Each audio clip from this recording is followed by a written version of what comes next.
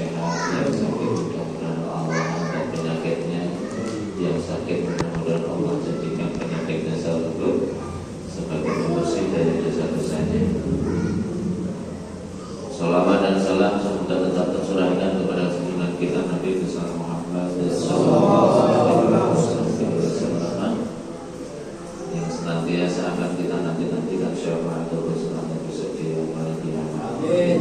Jamaah yang dirahmati Allah Subhanahu wa taala, untuk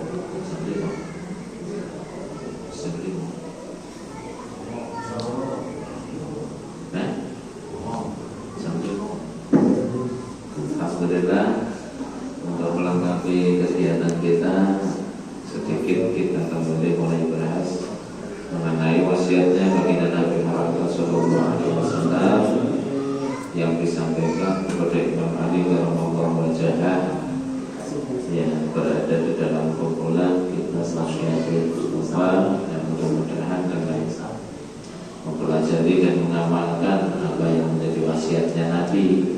Seperti di awal-awal dikatakan bahwasanya ya Ali, ketika kamu bisa mengamalkan wasiatku ini, maka niscaya kamu akan masuk surga Allah Subhanahu wa taala. Kita juga berusaha ikut untuk mengamalkan apa yang menjadi dari wasiatnya baginda Nabi Muhammad sallallahu alaihi wasallam. Kemarin warok sudah cukup. Kemudian di sini dilanjutkan dengan kalau Nabi sallallahu alaihi wasallam berkata, Nabi sallallahu alaihi wasallam, ya Ali, wahai Ali, inna rajulah, ketahuilah bahwasanya sesungguhnya seseorang liyabluwa fil khuluqil, bahwasanya seseorang itu sebab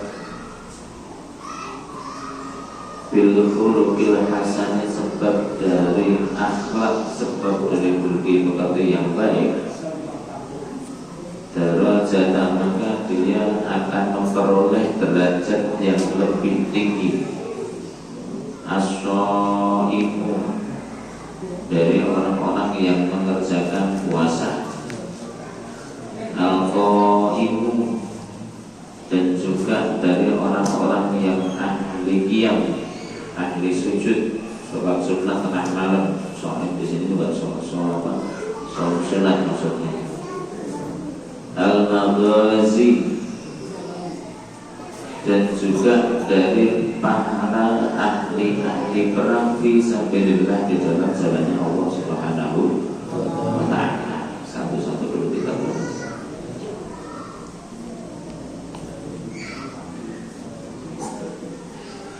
Allah Subhanahu wa taala itu mengangkat derajat seseorang itu dengan berbagai cara.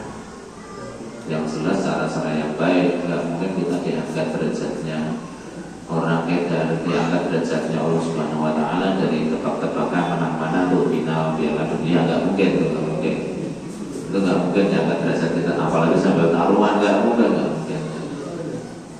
Jadi orang pasti diangkat derajatnya sama Allah Subhanahu wa taala itu pasti dari hal-hal yang baik. Ada yang dari ngajar, ada yang dari ibadahnya, ada yang dari puasa sunnahnya, ada yang dari kebaikannya dan yang lain sebagainya. Namun di sini Nabi Muhammad SAW menyampaikan bahwa seseorang itu akan mendapatkan derajat yang lebih tinggi, yang derajatnya tersebut lebih tinggi daripada orang-orang yang mengerjakan puasa sunnah. Tuh, Senin Kemis kerjain, bahkan kalau perlu puasa Daud selesai, tapi masih kalah sama orang yang punya budi pekerti yang baik. Budi pekerti yang baik ini juga akan diangkat derajatnya oleh Allah Subhanahu wa taala melebihi orang-orang yang ahli sujud, ahli qiyam, ahli qiyamul lail, ahli orang-orang yang mengerjakan sholat sunat malam. Bahkan akan mendapatkan derajat yang lebih tinggi dibandingkan dengan para ahli-ahli perang di jalannya Allah Subhanahu wa Ta'ala. Kenapa baginda Nabi Muhammad SAW itu diturunkan oleh Allah ke muka bumi? Kata beliau, wa ilaikum nikmah, Masya Allah, bahwasanya aku sesungguhnya diturunkan Allah itu liutamima makarimah. Aku diturunkan ke muka bumi ini oleh Allah Subhanahu wa Ta'ala untuk apa? Untuk memperbaiki, untuk menjadikan akhlak manusia yang tadinya baik menjadi baik. Khuluqil hasan, akhlak yang baik, yang baik. Di dalam kitab lain dijelaskan bahwasanya apa akhlak yang paling menonjol dari baginda Nabi Muhammad SAW, budi pekerti yang paling menonjol dari baginda Nabi Muhammad SAW yang bisa mengangkat derajat seseorang. Apa budi pekerti yang diajarkan oleh Rasul yang bisa mengangkat derajat seseorang itu sehingga derajatnya melebihi orang-orang yang disebutkan tadi, melebihi orang-orang yang puasa sunnah, melebihi orang-orang yang qiyamul lail, yang derajatnya melebihi dari orang-orang yang pernah gajinya di jalannya Allah Subhanahu wa Ta'ala. Ketika Sayyidatuna Aisyah ditanya oleh para sahabat-sahabat yang lain bagaimana tentang akhlaknya Nabi, maka Sayyidatuna Aisyah itu menjawab, akhlakul Quran, akhlaknya Nabi itu Quran. Jadi Nabi itu adalah Quran yang berjalan. Nabi itu Quran yang berjalan. Nabi itu apa yang ada di dalam Quran diamalin semua sama beliau. Kira-kira bisa nggak kita? Bisa nggak? Nggak bakalan bisa. Namun ada hal sedikit dari sebagian akhlaknya Nabi yang sangat banyak, yang sangat bagus, yang ini para ulama mengajarkan yang bisa membuat derajat seseorang itu lebih tinggi dibandingkan 3 hal tadi. Yang pertama apa? Memaafkan orang yang berbuat zalim kepada kita. Bisa? Bisa enggak? Nih ada orang berbuat salah sama kita, orangnya belum minta maaf, tapi kita udah maafin, bisa enggak tuh? Hah? Wah dia nggak minta maaf lah, biar dah. Pokoknya kalau nggak sujud nyembah sama saya nggak akan maaf ya. Itu kita. Padahal orang itu akan diangkat derajatnya lebih tinggi ketika punya budi pekerti, khuluqil hasanah, akhlak yang bagus seperti itu. Maafin orang yang berbuat zalim kepada kita. Bisa? Saya kan bukan Nabi, Pak. Justru Nabi diturunkan untuk menjadi contoh, menjadi suri teladan. Ya, di dalam Quran kan begitu. Nabi itu diturunkan agar apa? Menjadi contoh untuk kita. Uswatun hasanah. Maka kita harus berusaha tiru Nabi. Makanya wajar kalau memaafkan seseorang yang berbuat zalim kepada kita, walaupun orang tersebut itu belum meminta maaf kepada kita, itu akan diangkat derajatnya lebih tinggi daripada orang-orang yang puasa sunnah, yang ahli tahajud, yang ahli perang di jalannya Allah Subhanahu wa Ta'ala. Kenapa coba? Tahajud rajin, puasa sunnah rajin. Tapi kalau dalam hati ngendem merasa dongkol, gimana coba? Kayaknya kira-kira nilai ibadahnya di hadapan Allah bagaimana? Makanya orang yang bisa memaafkan orang yang berbuat zalim sama kita itu derajatnya lebih tinggi dibandingkan 3 kelompok tadi. Bisa ya? Bisa ya? Belajar bisa dipaksain, walaupun Pak sakitnya tuh di sini. Iya, nggak sakit hati pasti tidak ada, nggak mungkin sakit hati dengkul gitu. Cuma kita berusaha punya keluasan hati seperti luasnya lautan. Nah, cuma digerembungin ini cuma diomongin jelek ini, orang ngomongin jelek sama kita juga nggak nyampe sebulan. Habis itu capek juga istirahat, udah begitu aja. Jadi belajar untuk cuek, belajar untuk dapat. Misalnya kita diomongin orang, udah cuekin aja lah. Kamu juga nyampe sebulan, ntar mulutnya capek juga di bisa ya belajar begitu ya. Ini kebanyakan nih nggak kuat tahan nih. Siapa yang bilang begitu? Kamu ngomong nggak benar begini. Ya akhirnya terbakar sama setan. Tadinya masalah cuma satu, akhirnya jadi 10. Mungkin orang yang berbuat dolim sama kita itu derajatnya tinggi banget itu. Nabi dulu ketika di Taif itu dilemparin batu. Masuk Taif pertama dapat dilemparin kotoran. Ketika malaikat tanya sama Nabi Jibril itu kan, ya Rasulullah, apakah gunung yang ada di Taif ini apakah gunung Uhud itu aku pindahkan saja untuk ngebunuhi ke sana, untuk menghancurkan kota Taif ini. Kalau kira-kira kita yang ditawarin malaikat begitu gimana tuh? Kita dimusuhin orang, tiba-tiba ditawarin malaikat, weh, Fulan, kalau ini gunung ini aku pindahkan untuk menghancurkan orang itu, gak usah ditawarin, kita aja kadang nyari dukun untuk balas ya. Tapi apa jawab Nabi? Allah maghfirun, jangan malaikat, Allah maghfirun, ya Allah ampuni mereka. Fa innahu qaumun la ya'lamun. Kenapa? Sebab mereka itu kaum yang belum tahu siapa aku.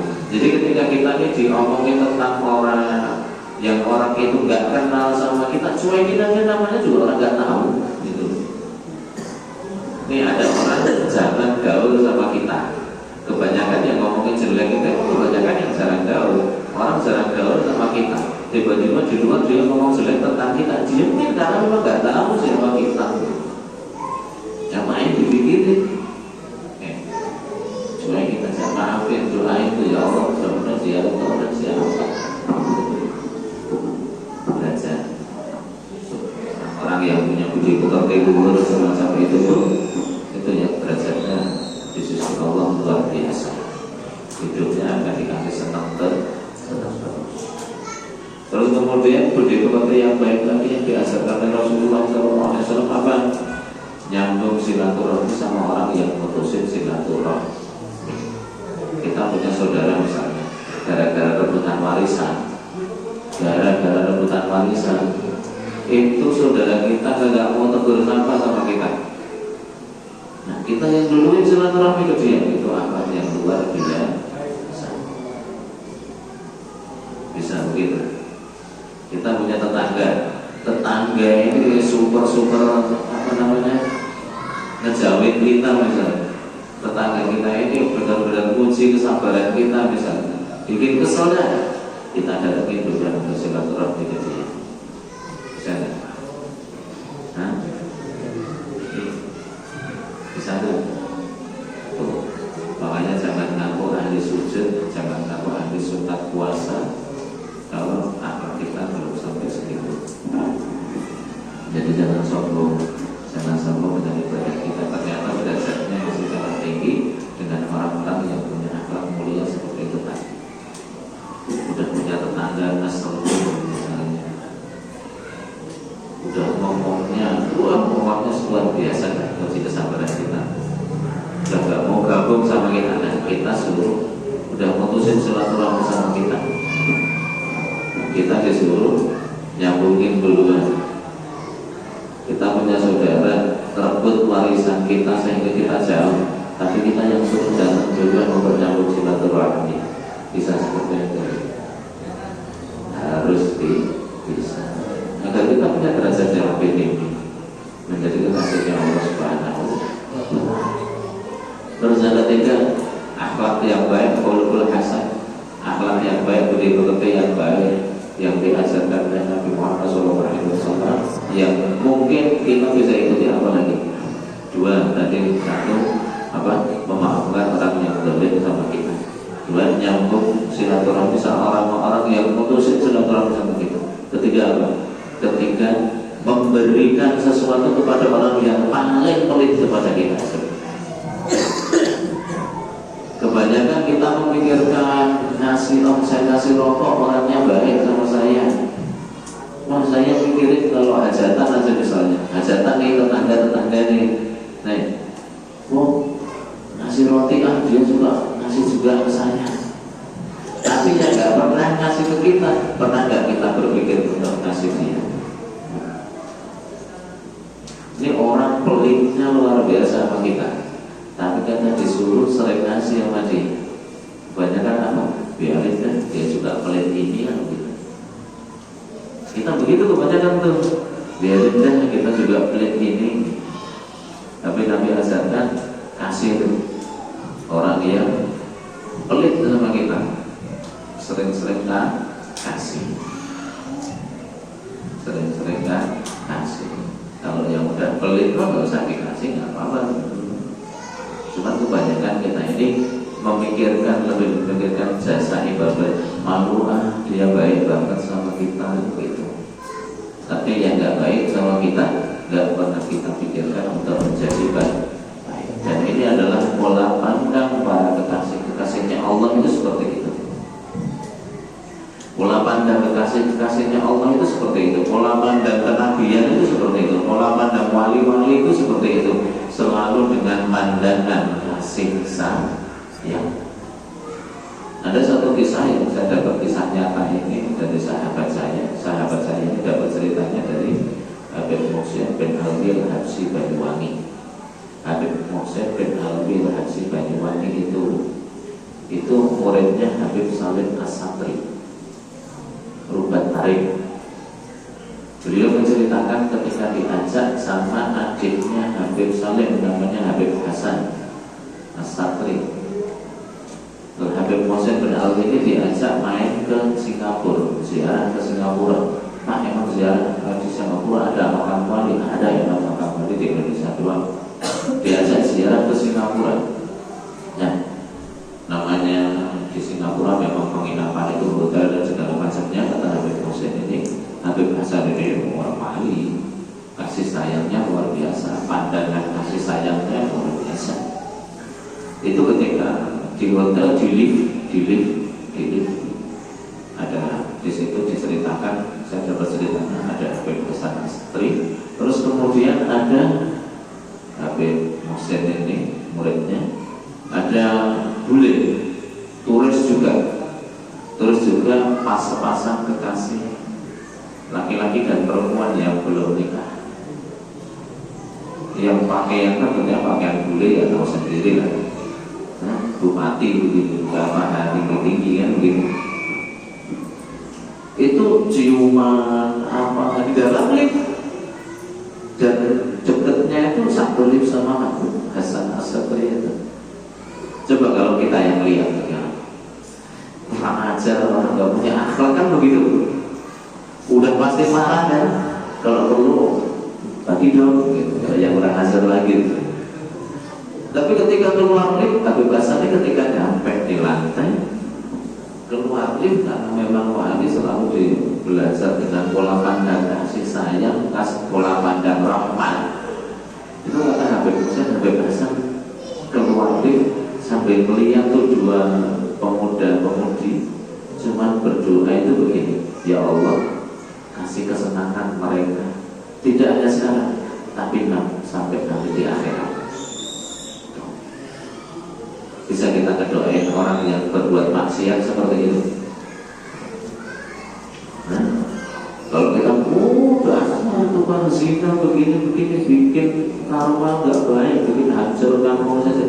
Tapi kalau mana orang itu masih kekasihnya Allah, pola pandang wali-walinya Allah, pola pandang Nabi itu selalu pola pandang rahmat, pola pandang kasih sayang. Didoain, ya Allah doain. Ya Allah jadikan mereka senang. Kan senang tuh pacaran, ciuman ya kan. Sampai orang lain tidak peduli, kan saking senangnya tuh.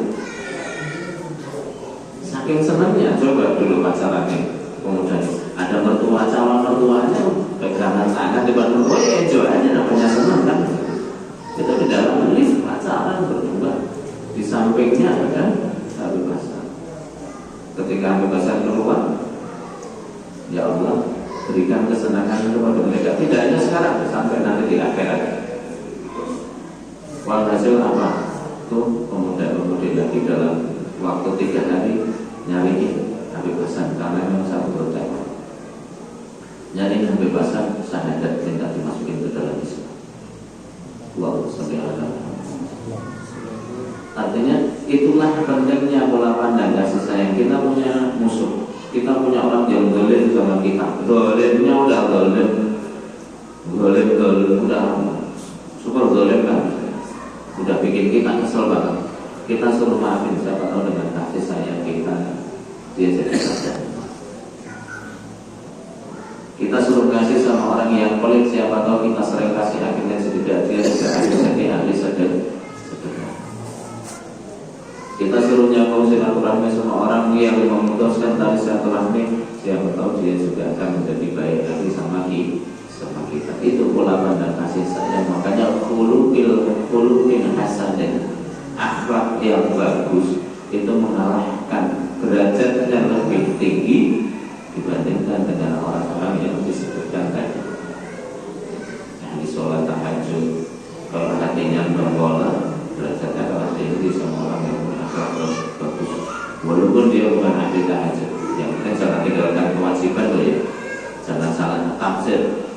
Berarti nggak sholat nggak apa-apa, yang penting baik hatinya. Agak tetap ini mah bicara sholat sunat, bicara puasa sunat yang tadi ini.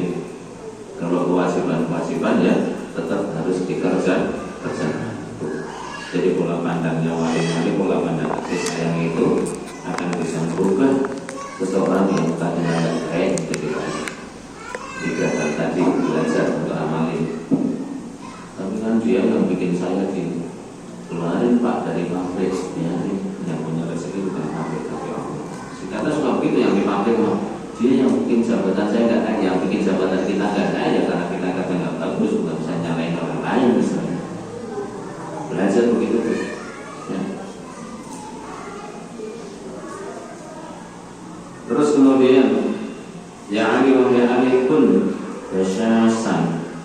Wahai Ali jadilah kamu orang yang murah senyum. Fa inna maka sesungguhnya Allah itu yuhibbul senang kasyasin terhadap orang-orang yang senyum, yubghidul mu'ansakalihan wajhi, dan Allah enggak senang, Allah benci sama orang-orang yang punya wajah cemberut, murah senyum. Ahli surga itu murah senyum, enggak ada ahli surga menjeput mukanya, ditekuk aja. Apalagi ditekuknya cuma gara-gara mikirin kalah bola, mikirin banyak dah, mikirin tahun baru besok mau kemana, belum punya duit, mikirin ditekuknya seperti itu. Bukan orang-orang yang senang sama Allah. Allah senang sama orang yang murah senyum. Ketemu sama siapa aja gembira. Tuh, makanya ahli surga itu nggak ada, apalagi cuman nggak bisa senyumnya habis dimarahin istri. Aduh, masya Allah.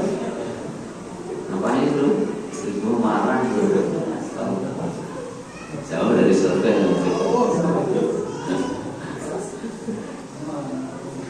jadi ahli surga itu rasanya dalam keadaan apapun, dalam keadaan apapun. Ketika dia sedih, dia berusaha sembunyikan kesedihannya. Ketika dia capek, dia sembunyikan rasa capeknya bahkan dari istri dan anaknya. Dia nggak tunjukin rasa capek, kecuali sudah parah baru bapak benar-benar parah. Kalau kita kan enggak, banyak dari kita belum bisa untuk itu. Baru sakit sedikit, manjanya depan itu. Sama sih kamu, saya kan sedikit nih. Banyak senyum, murah senyum. Yang penting jangan senyum sama yang listriknya. Bahaya kalau senyum sama yang listrik. Ketemu orang, gimana sehat, senyum. Jangan ditekuk aja mukanya. Allah nggak senang sama orang yang mukanya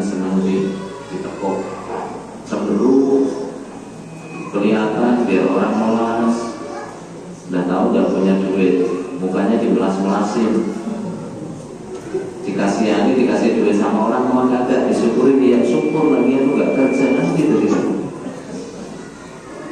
Ada senyum aja senyum, sehingga kesedihan kita itu tersembunyi. Kekasih-kekasihnya Allah, wali-walinya Allah itu gak pernah nunjukin muka masa walaupun dia saat itu hatinya sedang menangis. Walaupun hatinya saat itu sedang menangis di hadapan orang, dia masih senyum saja, gembira saja. Ciri ahli surga itu gampang senyum, gampang senyum. Seberapa nih? Sama malam. Terus ya, lagi.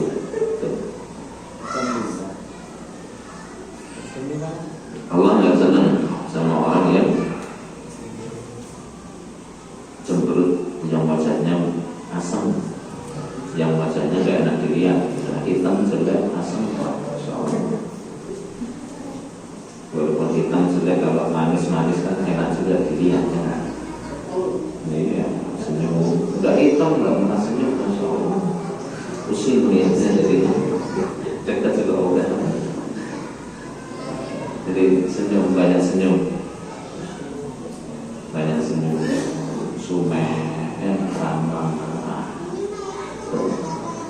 Orang-orang disenangi sama Allah itu yuhibbul basyasin. Allah itu senang sama orang-orang yang punya wajah ceria, wajahnya gembira, wajahnya senang terus, enak dilihat.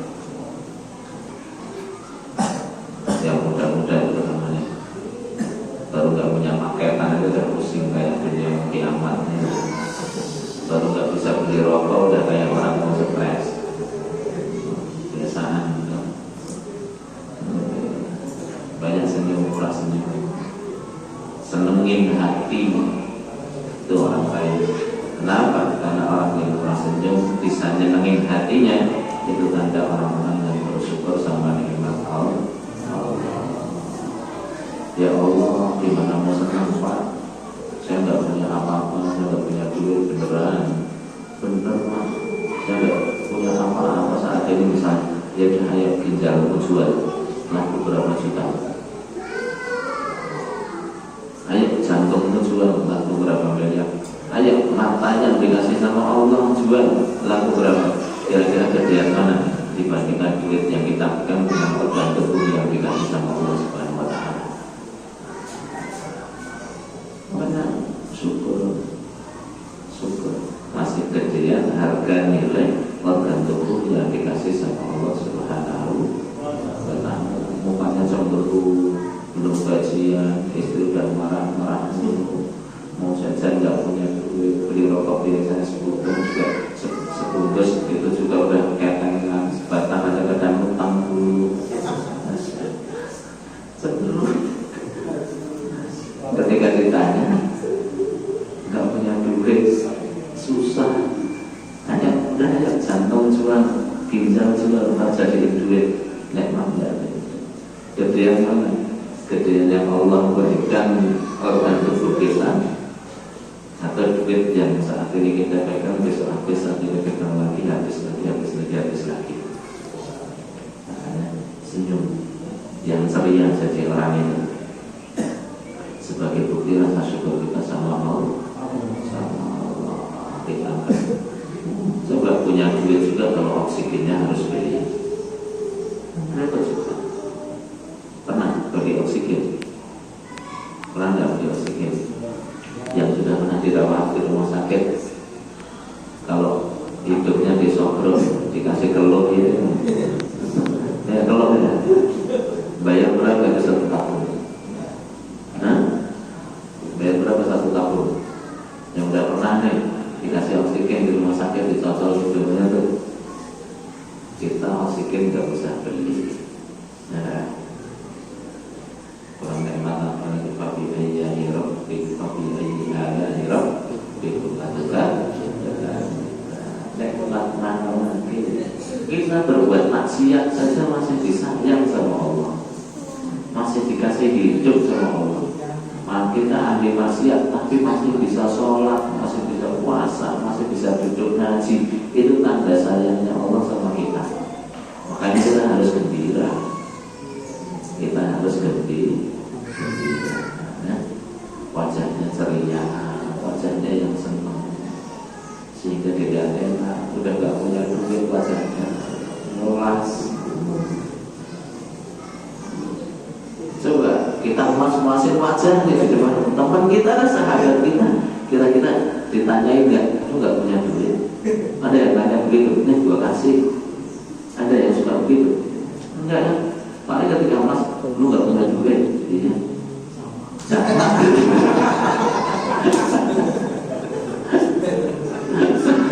Repot. Ini yang gembira, punya wajah yang gembira, yang ceria, jadi orang yang ceria. Lu punya duit yang sama, ditolongin makan. Kan banyak yang kita sedihnya kan begitu doang, sedihnya nggak jelas kan. Padahal di dompet masih ada 100.000, semuanya tinggal 100.000 di emanan di saya, sampai akhirnya menimbulkan kesedihan. Mau jajan, mau nyenangin diri sendiri aja takut. Padahal masih pegang duit, mau nyenangin diri sendiri aja takut. Cukup itu. Jadi akhlak yang baik, budi pekerti yang baik itu akan mengalahkan derajatnya para ahli ibadah. Makanya dulu di awal di Masjidil Mustafa ini juga Nabi pernah menyampaikan bahwa wali-wali diangkat oleh Allah Subhanahu wa Ta'ala bukan karena ibadahnya, tapi karena akhlaknya. Akhlak yang baik yang disampaikan oleh Nabi. Kalau Nabi akhlaknya itu Quran, apa yang ada di Quran itu diamalin semua sama Nabi, kita nggak bisa. Tapi Nabi masih 3 akhlak yang baik tadi. Pertama apa tadi?